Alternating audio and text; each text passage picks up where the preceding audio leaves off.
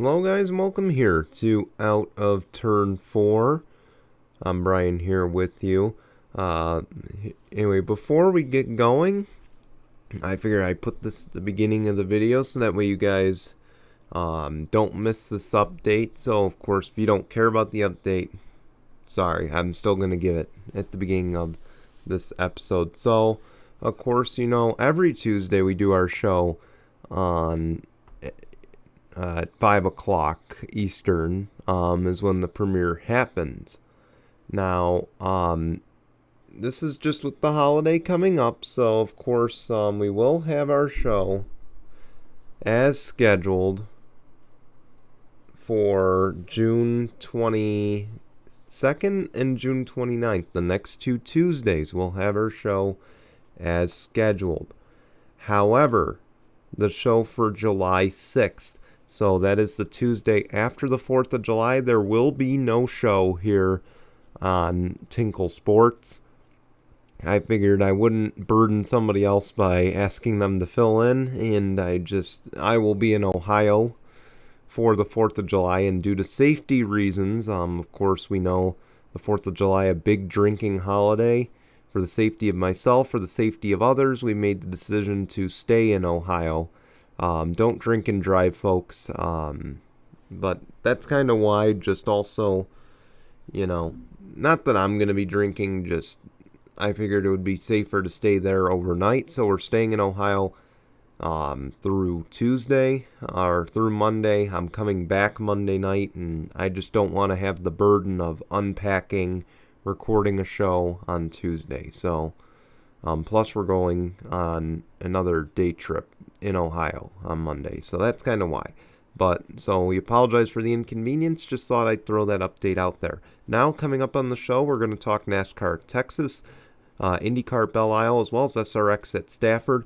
I've also got my thoughts on what happened this weekend coverage wise for IndyCar and SRX. And then, of course, we'll have the latest news, and we'll have our picks for the upcoming weekend. But let's get started now with NASCAR at Texas. John Hunter Nemechek, he continues his dominating run through the NASCAR Camping World Truck Series. He gets his 4th win of the season at Texas. He's on his way. Look, I didn't get to watch the race. I don't watch anything at Texas really anymore. That track's ruined. So, congrats to John Hunter. He's running really well this year.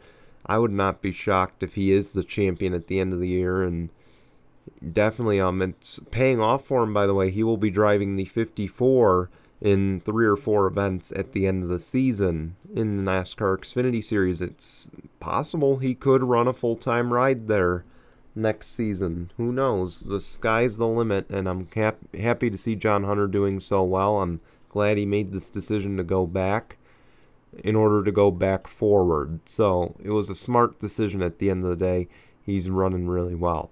To no one's surprise in the NASCAR Xfinity Series, I don't even know why I have to read this, but Kyle Busch is the winner of the NASCAR Xfinity race. He has 99 career wins now.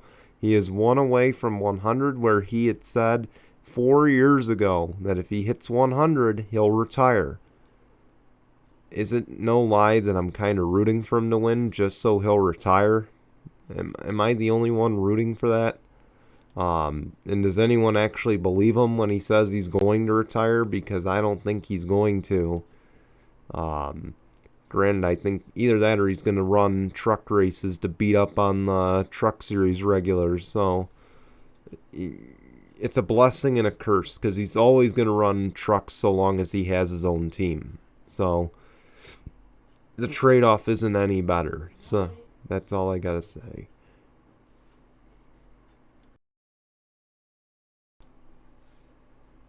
Alright, sorry about that. Anyway, moving on to IndyCar at Belle Isle. We're not going to talk about the All-Star race. It's not a points race. I don't really care to cover it, but congratulations to Kyle Larson. That's all I'll say on it. We're not going to cover any of these exhibition races unless they're for points and for a championship. So that's all I got to say. Anyway, IndyCar Belle Isle, Marcus Ericsson, He gets his first win in 10 years. He hasn't won since he was in a Formula One feeder division. And he gets his first win. It's unbelievable for him. He ran down late in the race and, of course, got lucky with that red flag that helped him over Will Power. Of course, Will Power's car stalled, and it caused him to go to the back because, of course, if he couldn't get the car refired, he was done. So he fell all the way to the end of the longest line after the red flag. That was caused by a late race caution. They wanted the race to finish under green, which is kudos to IndyCar because I'm glad they made every effort to ensure that. But congrats to Marcus Ericsson. I'm so happy to see that. I can't believe he won it. I thought it was Will Powers there. He was just running so strong. He was on the right strategy to win. And he just looked good. For once, the Penske cars actually looked somewhat decent. So I'm happy to see that. And of course, I'm not a Penske fan, but it's always good to see Penske run up front. Then in the second race, Pato O'Ward becomes the first two-time winner in NTT IndyCar Series this season.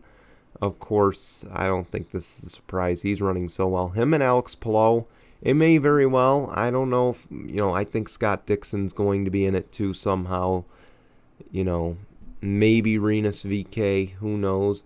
But I think it's going to be a three-car race between Alex Palou, Pato O'Ward, and Scott Dixon. I can just see it now. Alex Palou's running so well. Marcus Ericsson, not Marcus Ericsson. Pato has been unbelievably good this year. And I'm happy to see him keep winning. I mean, this is good for him. This is good for his career. Unless he goes to F1. Then it's just terrible for his career. So, terrible for his, or not terrible for his career if he decides to go to F1, but terrible for his self-confidence. So, congratulations to Pato O'Ward. Job well done. Congrats to Marcus Ericsson. That's an awesome thing. I can't believe he went 10 years without a win. That's all I got to say. Anyway, let's talk about Stafford real quick. I know I got something else highlighted here. So Doug Coby, he wins the first SRX race at Stafford. No surprise, he is a ringer at Stafford. He's known for running really well there. And he ultimately put his name on the map, so I guess it's a good thing that he won this race. My early thoughts on this series are, there's things I like, there are things I don't. I don't like these competition cautions that re-rack up the field. Not a huge fan of that. I wasn't really, the no pit, you're on the same tires for the entire race. I get trying to keep it fair and even and make it about the drivers. It took me a little bit to grasp that, but I like it, I guess. But again, the competition cautions I don't like. Look, just let them race, okay? We don't need these bogus cautions getting in the way. So, that's all I gotta say on that.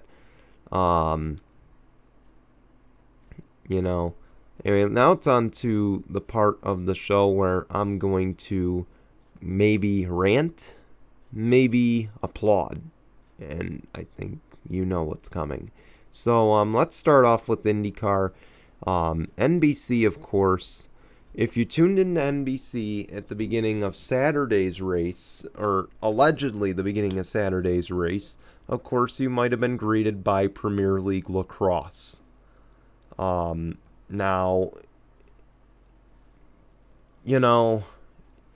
IndyCar and NBC had a deal,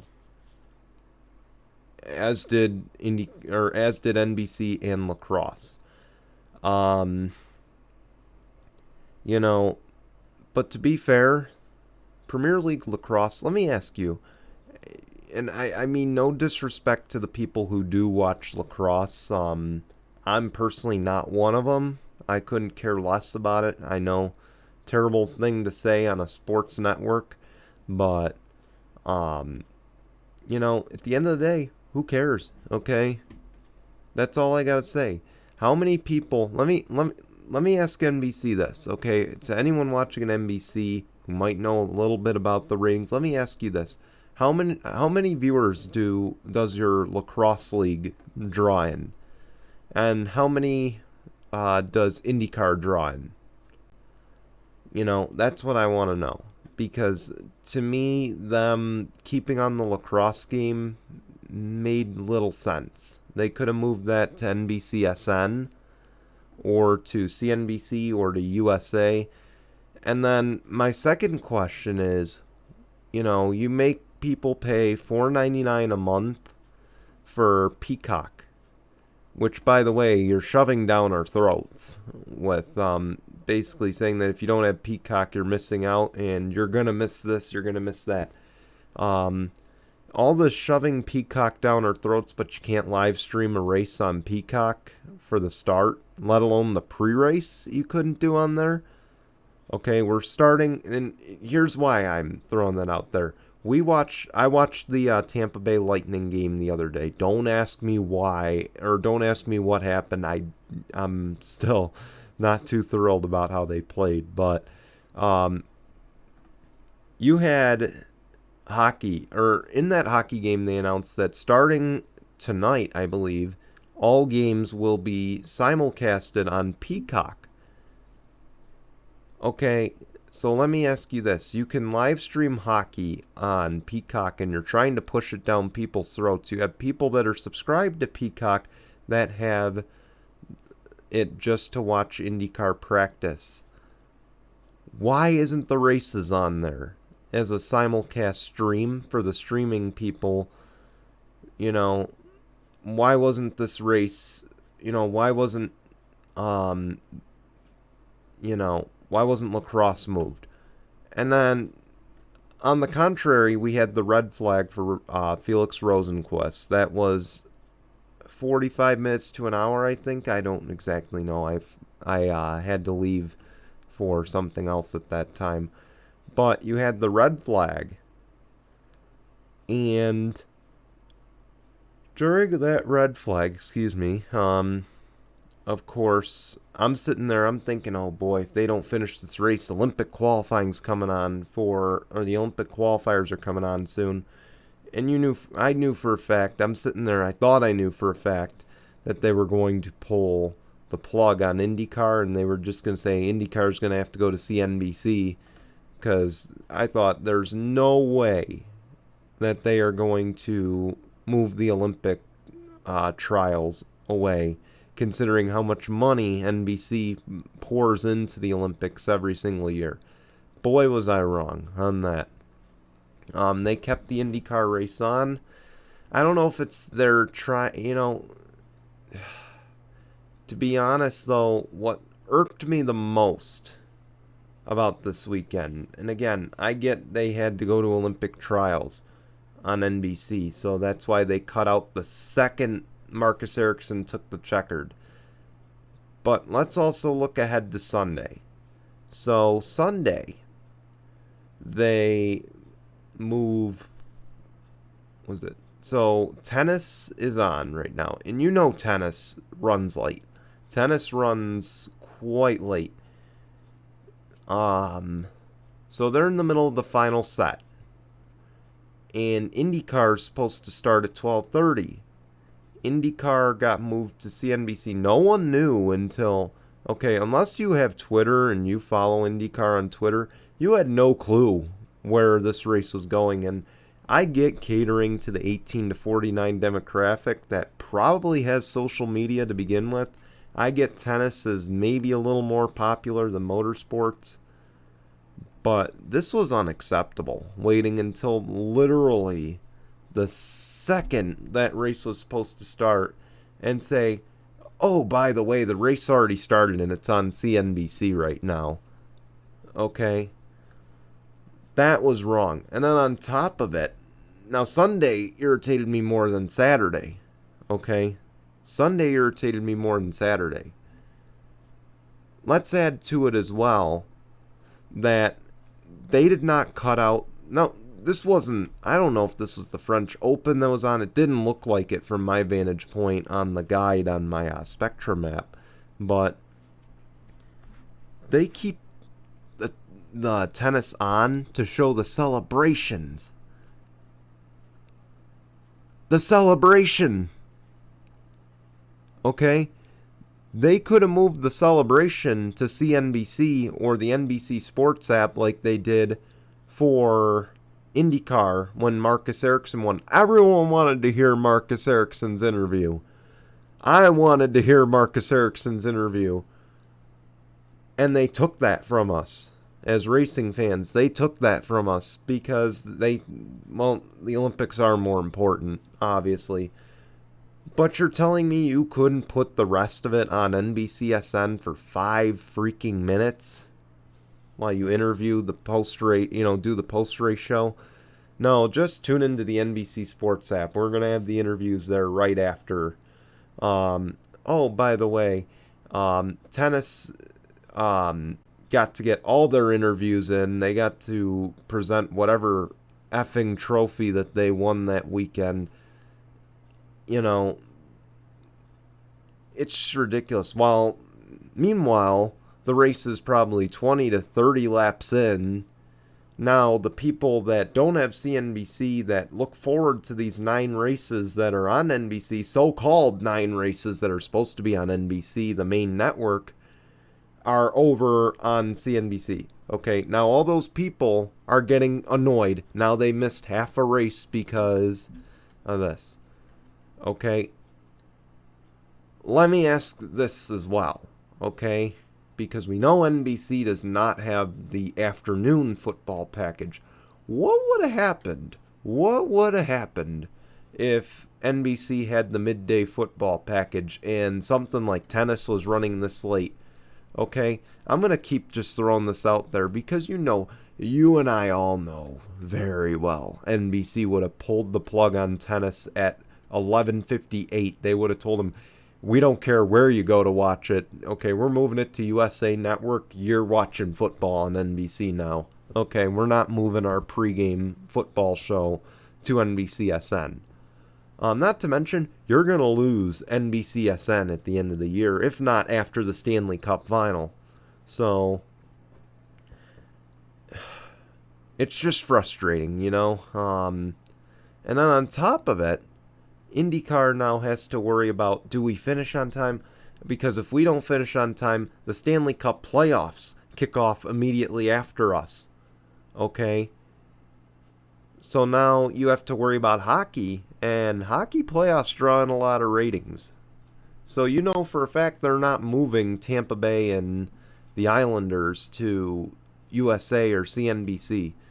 You knew for a fact that wasn't going to happen, and if you thought that, I'm sorry, you're wrong. So, if I'm Roger Penske right now, if I'm Penske Corp, I'm on the phone with NBC and I'm chewing them out. And I'm saying, what the heck was that? Okay? We signed a 3-year deal with you guys to help us grow. And you're holding us back now.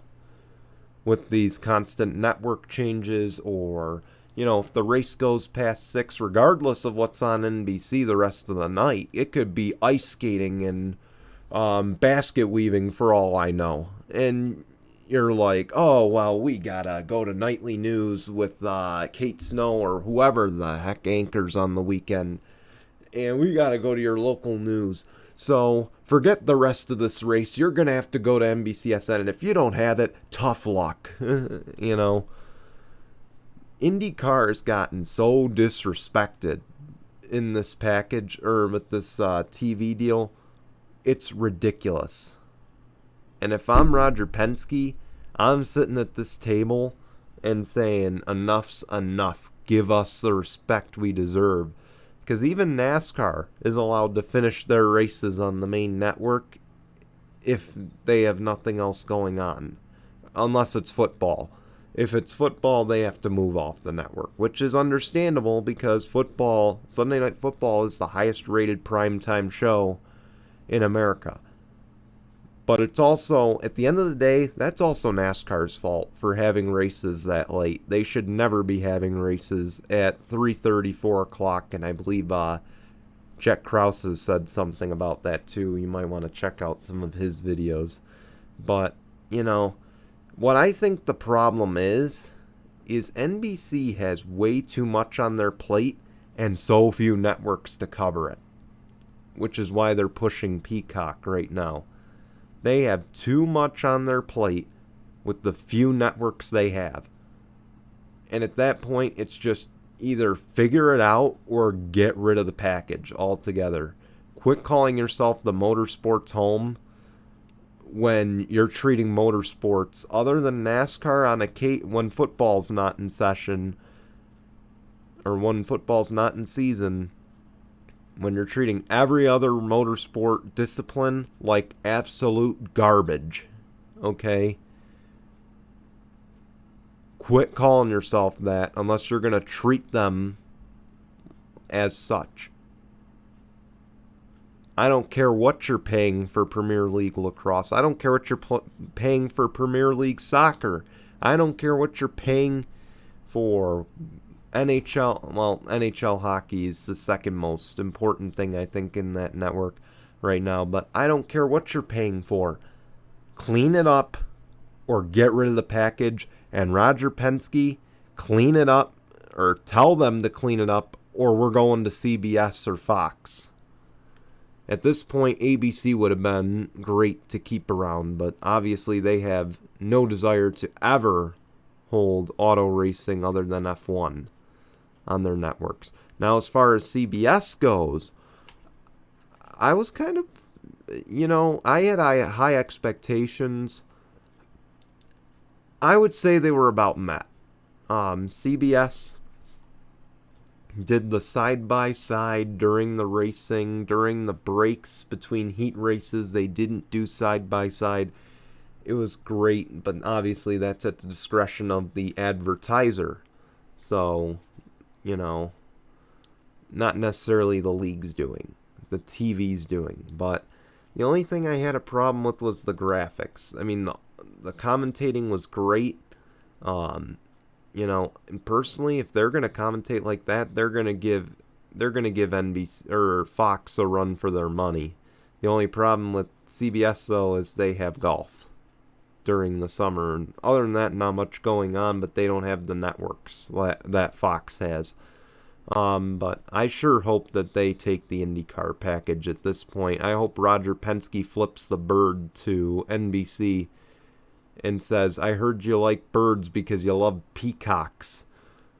Well, here's a new bird for you. You're number one. We're not signing with you. But Bestwick did a heck of a job like always. Danica was a little rough, but, it was okay. I mean, overall, the coverage, I didn't have many complaints with the coverage. And the other thing I worried about was, oh man, they're running late. Will they finish this race on this network or are they not? And got to like 10:15, 10:20. Finally, the race finishes. And I'm like, okay, I'm shocked. I'm pleasantly shocked, actually, that they let the race finish on the network. So, kudos to them, I guess. So CBS did a pretty decent job covering it, and I hope that they are in play for a motorsports package in the future. Moving ahead now, because we are running short on time here. Kurt Busch has been linked to the Trackhouse team now for their second ride. Even more reason the charter needs to go, but again, Kurt Busch probably going to be the most coveted free agent this offseason, just because of that wealth of knowledge and experience. So, personally, I hope he goes to 2311. I think we talked about this last week. I hope he goes to 2311 because I feel like they need a driver like him to help out Bubba and to help out the program. Whereas Trackhouse seems to have it together right now and don't really need a veteran presence at the moment. Maybe they can get Kaz Grala, who knows. Then the other news, this broke during the NBC broadcast on Saturday for IndyCar. Of course, they talked with Santino Ferrucci, who is vying for a third full-time ride in 2022 with Ray Hall, Letterman, Lanigan. Now, it's been rumored for years that they are going to go to a three-car organization. Kevin Lee, when he did the interview, actually announced, or it was Marty Snyder, one of those two, they announced that it's confirmed that Ray Hall, Letterman, Lanigan will go to a three-car team next year. They will run most of the rest of the races this season with that third car. It might be Santino, it might be another driver, but Santino Ferrucci is putting up numbers right now. He is just running so well. I believe he got 3 top 10s and 3 starts so far. So, I mean, qualifying pace wasn't there, but to be fair, when you run a part-time schedule in IndyCar, you don't have that chemistry with your team yet. You don't have, familiarity with the equipment that you're running.